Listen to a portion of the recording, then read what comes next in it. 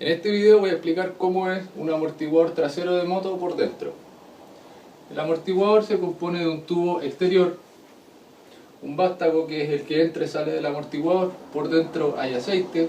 Este aceite se evita que salga por la tapa superior que contiene al sello, que es el que evita efectivamente que el aceite no pase entre la tapa y el vástago cuando éste se mueve.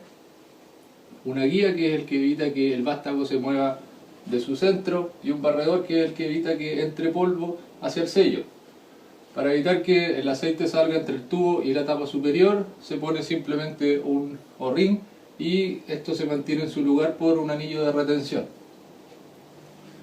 En la punta interna del vástago hay un pistón. También hay un pistón flotante que separa una cámara de aceite de una cámara de gas, y esta cámara de gas se separa del exterior por la tapa inferior que tiene un O-ring, que es el que hace de sello. Cuando el amortiguador se comprime, el vástago entra y fuerza a que pase fluido de esta cámara a esta cámara, y cuando el amortiguador se expande, el vástago sale, el pistón se mueve hacia acá y fuerza a que el fluido pase de esta cámara a esa cámara. El fluido pasa por una válvula que tiene el pistón y es el que regula al final la dureza del amortiguador. Este pistón se compone de un disco de aluminio que tiene una perforación central para el vástago y de varias perforaciones laterales para el paso del fluido de una cámara a otra.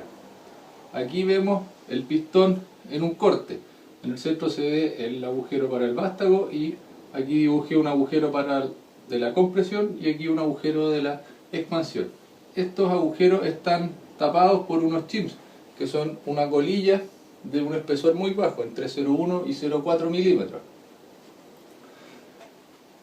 Si el vástago está en la carrera de expansión, o sea, el fluido está pasando de esta cámara a esta cámara, el fluido, cuando pase por el pistón, va a hacer lo siguiente. Va a pasar entre el chip y el pistón por una abertura que tiene, va a pasar por dentro del agujero y va a doblar estos chips para salir.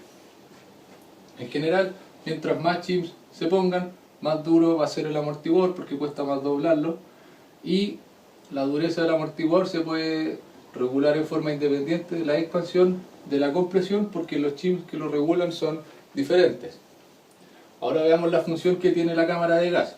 Esta tiene la función de evitar la cavitación del fluido, que ocurre cuando este pasa por la válvula, pierde mucha presión y puede caer bajo una presión crítica, que cuando la pasa el fluido se evapora, forma burbujas que se mezclan en el aceite y hacen el amortiguador más blando.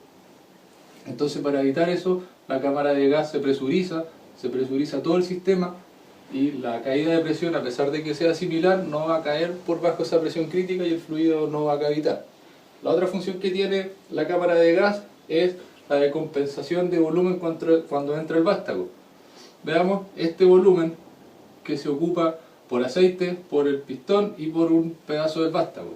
Si el vástago entra, ahora el volumen de vástago que hay dentro del amortiguador va a ser mayor. Entonces, sumado a los otros volúmenes que no han cambiado, todo este volumen debiera ser mayor. Para eso, para compensar ese cambio de volumen, el pistón flotante se mueve hacia atrás y la cámara de gas se comprime. Cuando sale, el pistón flotante simplemente lo sigue y la cámara de gas se expande. Veamos ahora cómo es el sistema de regulación del rebote. Este se compone de un tornillo de regulación, de una varilla que va por dentro del vástago y de una aguja que tapa un paso secundario de fluido entre las dos cámaras.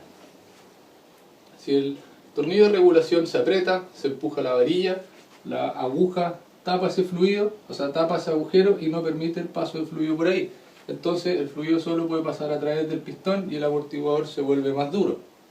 Si el tornillo de regulación yo lo saco, la varilla va hacia atrás y la aguja va hacia atrás, entonces se abre este paso de fluido y el amortiguador se vuelve más blando.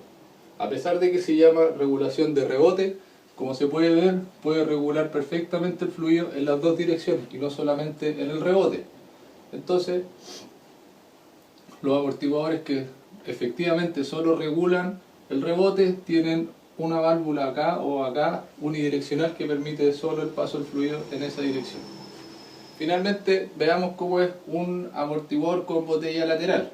Este al final es lo mismo que este amortiguador, pero con el pistón flotante en la cámara lateral. Entonces la cámara de gas está en la botella.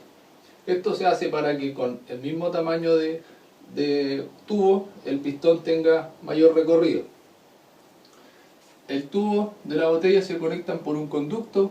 Normalmente ese conducto se le ponen dos válvulas regulables parecidas al sistema de regulación del rebote, que al final son la regulación de compresión en baja y compresión en alta.